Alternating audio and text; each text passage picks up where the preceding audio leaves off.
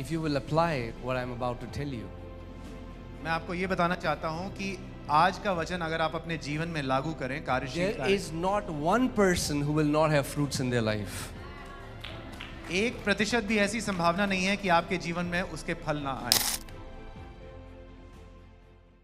What is the most important thing in a believer's life? What is the most important thing? आपके हिसाब से सबसे महत्वपूर्ण बात क्या है एक विश्वासी के जीवन में? There are many things that we can say, like prayer, we can say giving, coming to church, and all of that. हमारे हिसाब से या तो प्रार्थना हो सकती है सबसे महत्वपूर्ण चीज, या फिर देना हो सकता है, या फिर कलीसिया आना, Or fasting and so on. There can be so many things which are very important. But what is that root from which every other branch comes out? हम ये भी सोच सकते हैं कि उपवास या फिर इत्यादि ऐसी कई सारी बातें हो सकती हैं जो हमारे लिए महत्वपूर्ण हो सकती है, लेकिन असल में वो जड़ क्या है जिससे कई सारी शाखाएं निकलती हैं। Amen? Amen. And if you can pay attention to that, अगर हम उस जड़ की ओर अपना ध्यान दे सकें, the most important thing in your life is believing right. सबसे महत्वपूर्ण बात है हमारे जीवन में सही विश्वास करना। If your believing is wrong, then your praying will be wrong. अगर हम मानते सही नहीं है, विश्वास सही नहीं करते हैं, तो हमारी प्रार्थना गलत होंगी। If your believing is wrong, then the reason why you come to church will be wrong.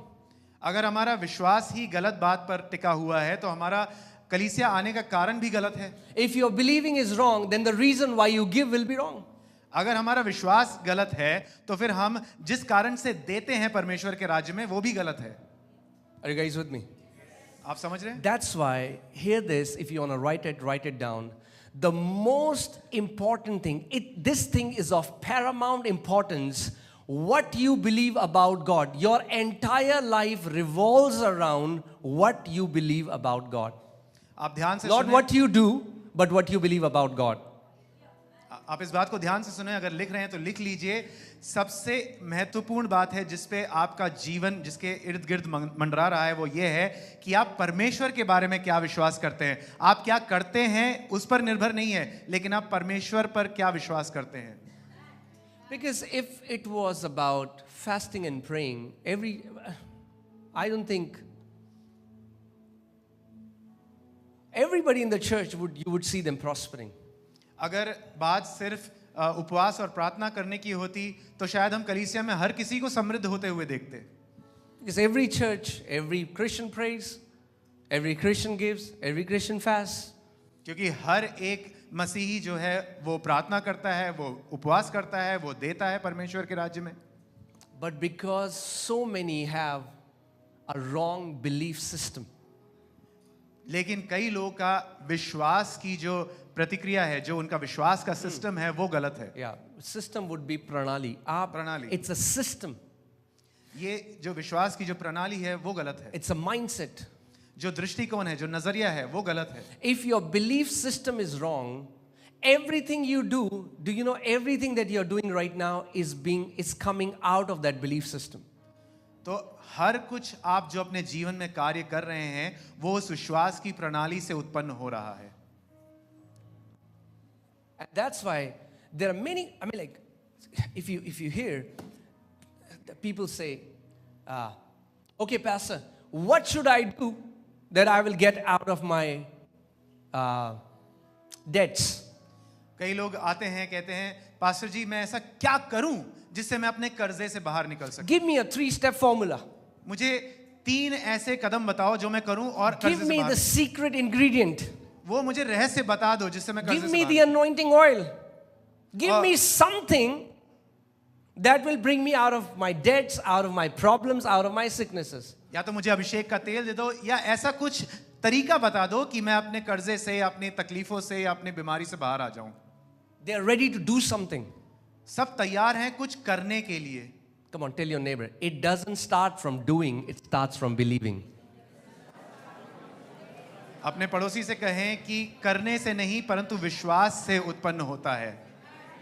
Trying to do right without believing right first will not produce any fruit.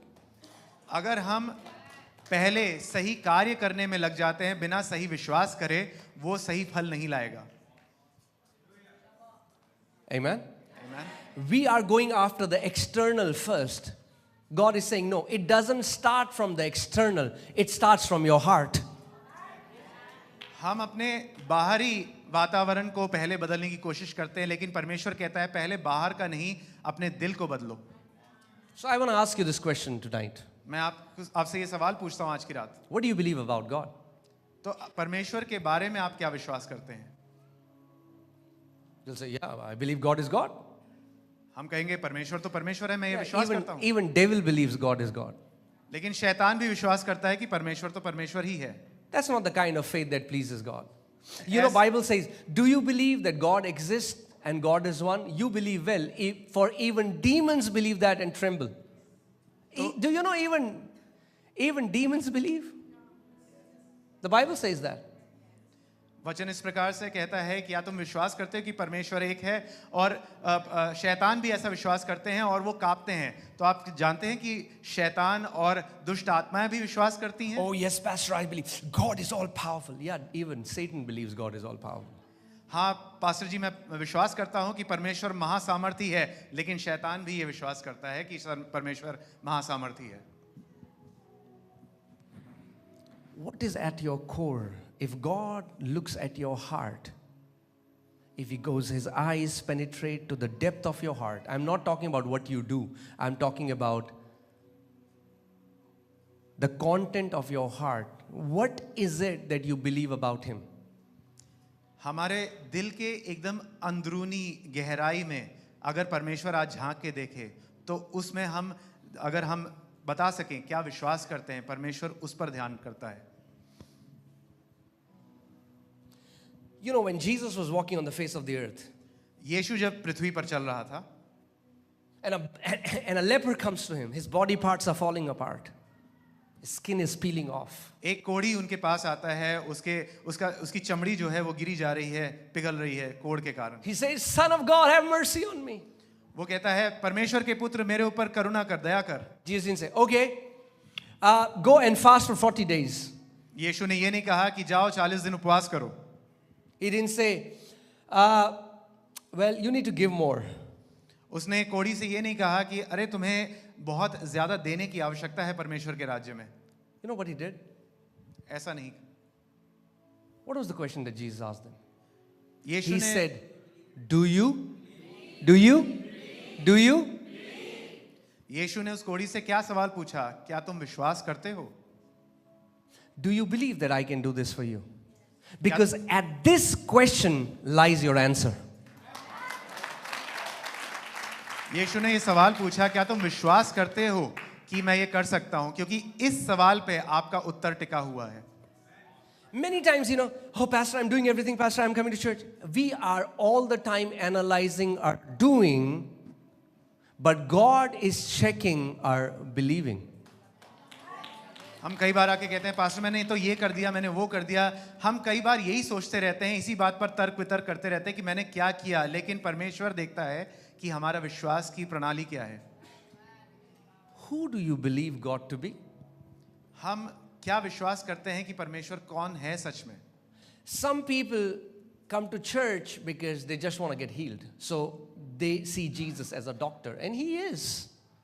कई लोग कलीसिया सिर्फ चंगाई प्राप्त करने के लिए आते हैं और वो यीशु को एक डॉक्टर के समान देखते हैं, और यीशु सच में चंगा करता है। The Bible says that he is our great physician. Bible में इस प्रकार से लिखा है कि वो हमारा महान चिकित्सक है। He is. वो है।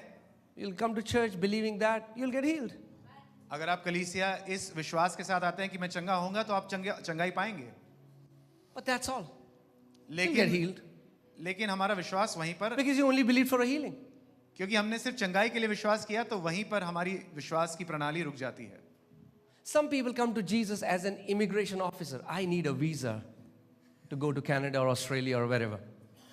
And they sometimes they get a visa, you know. But that's all that God is for them. Somebody who gives them a visa, or somebody who gives them a healing, or somebody who gives them a job. Who do you believe that Jesus is for you. Not who he is, but who do you believe? Because what you believe about Jesus, he is that for you. तो कई लोग यीशु के पास एक immigration officer के समान आते हैं कि वो उससे वीज़ा पालें ताकि वो यूएस या कनाडा जा सकें. कई लोग उसके पास नौकरी के लिए आते हैं, अपनी चंगाई के लिए आते हैं. तो हम किस बात में सच में विश्वास करते हैं? वो सच में है कौन? क्या इस बात पर विश्वास करते हैं या हमारे जीवन में कुछ हो जाए इसलिए विश्वास करते हैं? Your entire life, many of you would not realize it, is revolving around your belief system. अगर हमने अभी तक ये बात समझी नहीं है, लेकिन हमारा संपूर्ण जीवन हमारी विश्वास की प्रणाली के आसपास ही घूम रहा है. We are ready to do. हम जल्दी से करने को तैयार हैं, But God is saying, no, no. लेकिन परमेश्वर कहता है नहीं, मैं तुम्हारे करने में दिलचस्प नहीं हूं. Trying to do right before believing right is religion. हमारी इस बात की कोशिश कि मैं कुछ सही कर सकूं, सही विश्वास करने से पहले, वो धर्म है. वो धर्म की आत्मा से उत्पन्न होता है. Amen? Amen. That's why it's very important to have a healthy belief system. इसलिए बहुत ही महत्वपूर्ण है कि एक स्वस्थ विश्वास की प्रणाली हो हमारे अंदर. There are Christians who believe that God will put them in poverty to teach them. So what happens?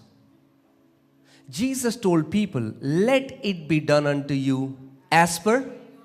Not as per. He didn't say, let it be done unto you according to what I want. But he said, let it be done unto you as per your faith. So whatever you're witnessing right now is happening to you according to your faith. कई लोग इस प्रकार से मानते हैं कि यीशु हमें गरीबी में इसलिए रखता है ताकि वो हमारे जीवन में कुछ सबक सिखा सके. लेकिन यीशु ने कहा तुम्हें अपने खुद के विश्वास के अनुकूल मिलेगा. Our entire behavior is motivated by a belief system. हमारा जो व्यवहार है वो भी प्रेरित होता है हमारी विश्वास की प्रणाली के द्वारा. Amen? And that's what I'm telling you. If you can pay attention there and align your believing according to the word of God, your life will be filled with fruits. अगर हम अपने जीवन में सच में फल देखना चाहते हैं, अच्छे फल, तो हम अपने विश्वास की प्रणाली वचन के ऊपर आधारित कर दें. And today I'm going to teach you how easy it is to believe right. It's easy. और मैं आज आपको सिखाना चाहता हूं कि सही विश्वास करना सरल है. Amen. And when you will believe right, you will enter into rest in that area. और जिस किसी क्षेत्र में आप अपने विश्वास की प्रणाली को सही कर देंगे, आप उस क्षेत्र में विश्राम में प्रवेश कर लेंगे. Amen? Okay, I'm going to take you to a scripture. In Hebrews chapter 4, I'll read from verses 1 to 3. It says, therefore, since a promise remains of entering his rest. इब्रानी 4 उसका 1 से 3 पहली आयत. इसलिए जबकि उसके विश्राम में प्रवेश करने की प्रतिज्ञा अब तक है. Let us fear lest any of you seem to have come short of it, for indeed the gospel was preached to us as well as to them, but the word which they heard did not profit them, not being mixed with faith in those who heard it. तो ऐसा करने से वो भय खाएं. ऐसा उन्हें डरना चाहिए. ऐसा ना हो कि तुम में से कोई जन उससे रहित जान पड़े. दूसरी आयत. क्योंकि हमें उन्हीं की नाई सुसमाचार सुनाया गया है, पर सुने हुए वचन से उन्हें कुछ लाभ ना हुआ, क्योंकि सुनने वालों के मन में विश्वास के साथ नहीं बैठा. Okay, wait. You can go to church 365 days a year. But what you are hearing, if you don't mix faith with it, you have just wasted those hours. आप यहाँ पर आते हैं, आपने वचन सुना, लेकिन अगर आपने उस सुनने में विश्वास नहीं मिलाया, तो वो सारा समय आपने बर्बाद कर दिया. Christians miss the most important thing in their life, and that is hearing. And when the word is being preached, they are not hearing. And after the service, they say, Pastor. कई For the विश्वासी gospel was preached to them, but it did not profit them because they did not mix faith in what they heard. कई विश्वासी सुनने से चूक जाते हैं और सभा खत्म होने के बाद वो पास्टर से प्रार्थना कराने आ जाते हैं। यहाँ पर लिखा हुआ है कि सुने हुए वचन से उन्हें कुछ लाभ ना हुआ क्योंकि उन्होंने उसमें विश्वास को नहीं घोला। सुने हुए वचन से उन्हें कुछ लाभ ना हुआ क्योंकि सुना हुआ वचन आपको लाभ देने के लिए सुनाया जाता है। ये सत्संग नहीं है, यहां कथा नहीं बता रहे हैं। सुसमाचार इसीलिए बताया गया कि आपके जीवन में लाभ हो। The word that they heard did not profit them. The word that is being preached here and that is being taught here is for your profit. This is not a place for satsang or for any kind of other message, but the word of God is for your benefit, for your profit. For we who have believed do enter that rest. और हम जिन्होंने विश्वास किया है उस विश्राम में प्रवेश करते हैं। Hear this. How would you know you have believed? सुने, आप कैसे जानते हैं कि आपने विश्वास करा है? We who have believed have entered in rest. क्योंकि जिन्होंने विश्वास कर लिया है उन्होंने विश्राम में प्रवेश कर लिया है। I told you about my life. Do you know that right now, even in Christians, even in believers, 70% of worries are financial worries. और आपको मेरे जीवन के भी बारे में पता है और आज भी विश्वासियों के जीवन में 70% जो घबराहट है या जो घबरा देने वाली बातें हैं वो आर्थिक अवस्था के कारण है। They're like, how will I get my kids? How will I pay their school fees? कि मैं अपने बच्चों का पालन पोषण कैसे करूंगा, उनकी स्कूल की फीस कैसे My करूंगा? husband is sick. How will I pay for his medical bills? और मेरे पति बीमार हैं, मैं उनकी इलाज के लिए बिल कैसे चुकाऊंगी? There is this anxiety. एक उत्तेजना अंदर बनी रहती है, एक घबराहट बनी रहती है। But when I believed right what the Bible says, I entered into rest in the area of finances. लेकिन जब मैंने अपने व्यक्तिगत जीवन में सही विश्वास किया आर्थिक क्षेत्र में, मैं आर्थिक क्षेत्र में विश्राम में प्रवेश कर गया। When I believed right about my health, what the Bible says, I entered into rest into the area of health. जब मैंने अपने स्वास्थ्य के बारे में सही विश्वास किया जो परमेश्वर का वचन कहता है, मैं अपने स्वास्थ्य के क्षेत्र में विश्राम में प्रवेश कर गया। For we who believe, not we who did, we who believe. It's not your doing that makes you enter into the rest. It's your believing that makes you enter in the rest. यहाँ इस प्रकार से नहीं लिखा हुआ है कि उन्होंने जो किया उससे वो विश्राम में प्रवेश किए, नहीं, ऐसा नहीं लिखा है। यहाँ लिखा है कि जिन्होंने विश्वास किया है वो उस क्षेत्र में विश्राम में प्रवेश कर गए। And hear this, God will never ever override your believing, your free will. If He could do that, then nobody had to believe in Jesus, right? Why does the Bible say believe in Jesus to be saved? If God can override your believing, everybody would be saved right now. तो परमेश्वर कभी आपकी सुइच्छा के परे काम नहीं करेगा, वो आपकी सुइच्छा से अलग काम नहीं करेगा। अगर ऐसा होता तो हमें यीशु की जरूरत ही क्या थी? लेकिन परमेश्वर हमारी इच्छा के अनुसार ही का और हमारे विश्वास के अनुसार ही काम करता है। ओ पास्टर जी प्रार्थना कर दो, हमारे काम जब बनते होते ना, बस बनते बस लास्ट मोमेंट में बिगड़ जाते हैं। What happens? Now every time there is something good coming to their life, it will happen to them according to their believing. Oh Pastor ji, please pray for us. Our work was just about to be finished but it was stopped and according to their belief system, उनके विश्वास के अनुसार ही उनके जीवन में वैसा होता रहेगा। So they say, what, we don't know what is happening. क्या reason है? प्रभु कहेगा reason तू है. You are the reason of your delays, not Satan. लोग आके कहते हैं कि क्या कारण है, हमारी प्रार्थनाओं का उत्तर क्यों नहीं मिल रहा है? परमेश्वर कहता है प्रभु दिखा मैं फास्टिंग कर रहा हूं, और फिर आपको सपने में दिख रही है अपनी फोटो। ये है reason.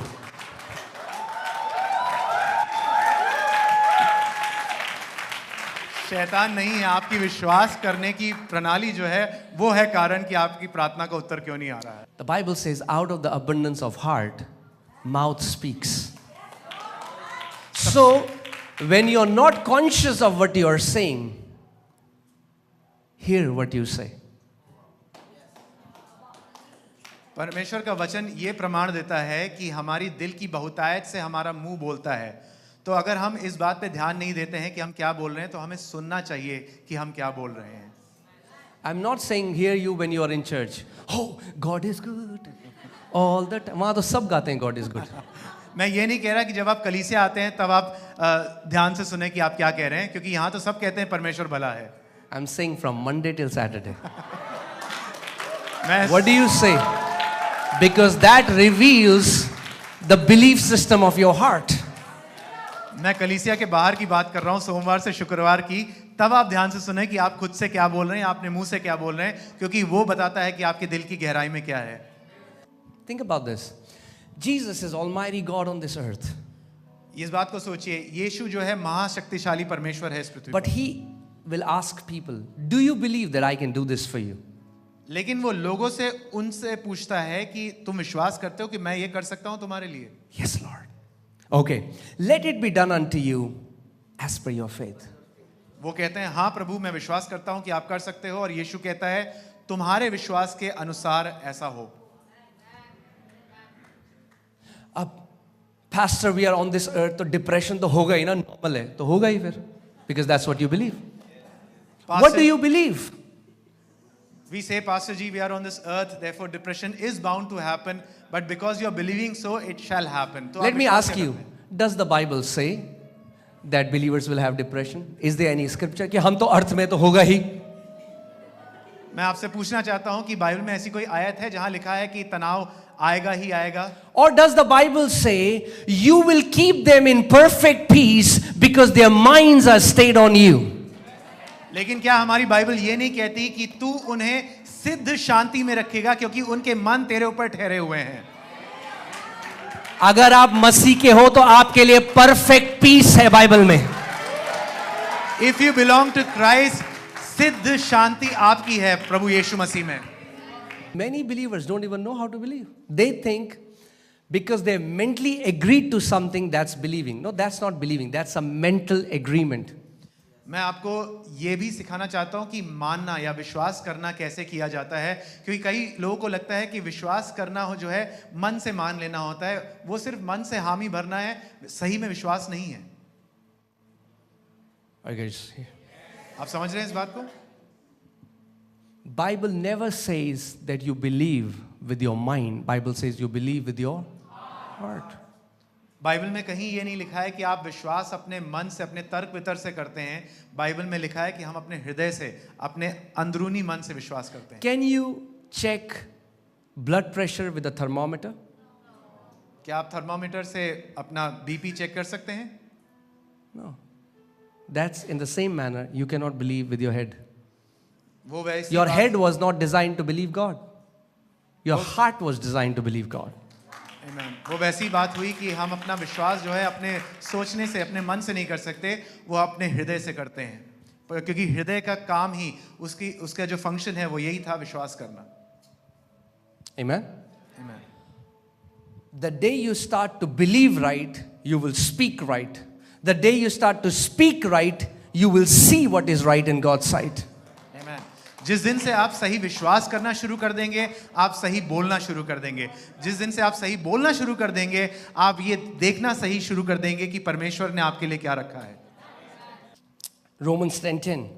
For with the heart one believes unto righteousness, and with the mouth confession is made unto salvation.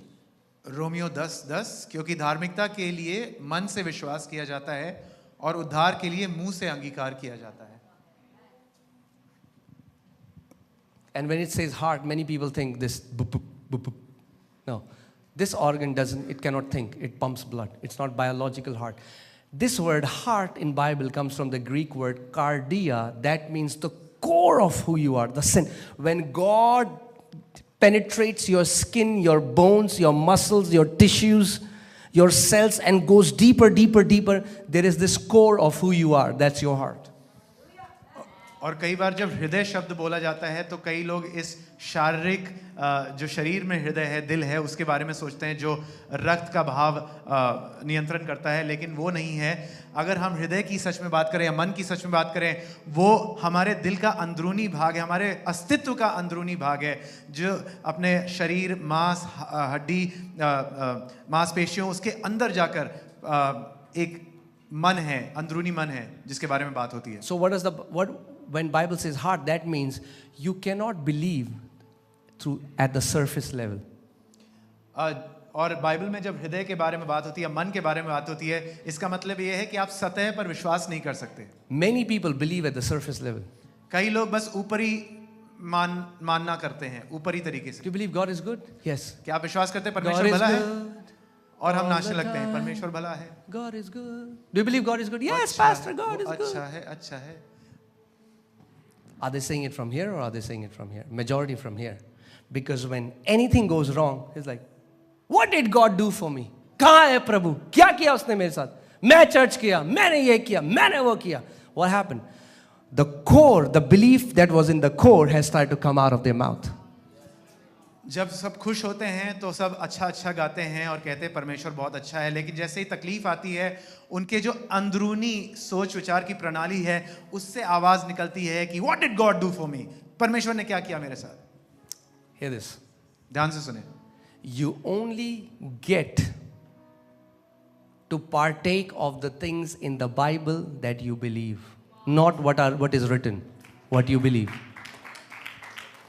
आप बाइबल में लिखी हुई बातों का फल तभी पा सकते हैं जब आप उन पर विश्वास करते हैं। ऐसा नहीं कि बस वो लिखा है इसलिए आपके जीवन में हो रहा है।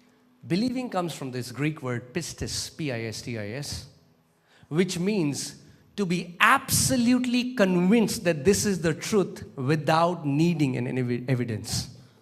मानना जो शब्द है वो उसका मूल शब्द है पिस्टिस, यूनानी शब्द पिस्टिस से आता है कि मुझे इस बात को जानने के लिए कोई सबूत की आवश्यकता नहीं है। That means you are so convinced it becomes your reality. कि मैं इस बात को ऐसे मानता हूं कि वही वास्तविकता है मेरे लिए।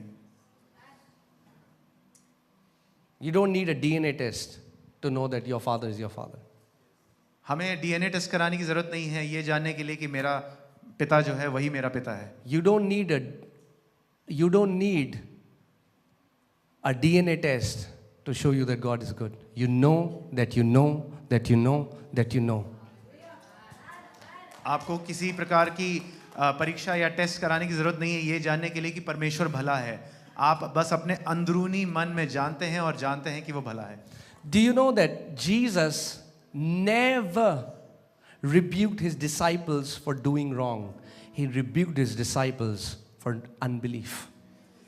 आप जानते हो यीशु ने कभी अपने चेलों को गलत करने पर नहीं डांटा, परंतु उनके गलत विश्वास पर डांटा उनको, या अविश्वास पर डांटा। Jesus knew the problem is unbelief. क्योंकि यीशु जानता था दिक्कत है अविश्वास में। Unbelief is the main reason that stops us to possess what belongs to us. अविश्वास करना ही मुख्य कारण है जो हमें रोकता है हमें उस बात को हासिल करने से जिसके लिए हम प्रार्थना करते हैं। The way you start believing is by meditating the written scriptures. हम विश्वास करना शुरू करते हैं लिखे हुए वचन पर बार-बार मनन करके उस पर ध्यान देकर। Are you guys with me? आप समझ रहे हैं? See, Moses was a man of encounters. मूसा परमेश्वर के साथ साक्षात्कार में चलने वाला परमेश्वर See था। God face to face, encounters, third heaven. आमने सामने परमेश्वर के साथ बात करता, तीसरे स्वर्ग में उसके मुलाकात होती उससे। But still, he was not able to enter the promised land. इतना Your encounters will never take you to the promises. परमेश्वर के साथ इतने साक्षात्कार में चलने के बावजूद भी वो वायदे की भूमि पर नहीं पहुंच पाया। हमारा परमेश्वर के साथ जो भेंट होती है उससे हम नहीं पहुंचते। That's why some of the most messed up people I see, they are all the time talking about मैंने ये स्वर्ग देखा, यहाँ पे ये नीली लाइट देखी, पीली लाइट देखी, but their life says something else. Why? Because their believing is wrong. They believe their encounters more than they believe the word. इसलिए मैंने कई लोगों को देखा है जो गड़बड़ी में चलते हैं विश्वासी होने के बावजूद, because there thought process is about what they have seen and what they have encountered, पर वो वचन जो लिखा हुआ है उस पर विश्वास नहीं करते। Thank you for the thundering silence. घंघोर सन्नाटे के लिए धन्यवाद। But now Joshua has to possess the land. लेकिन- God doesn't say, Joshua, I'm going to give you a massa encounter by which you're going to possess the land. God says, no.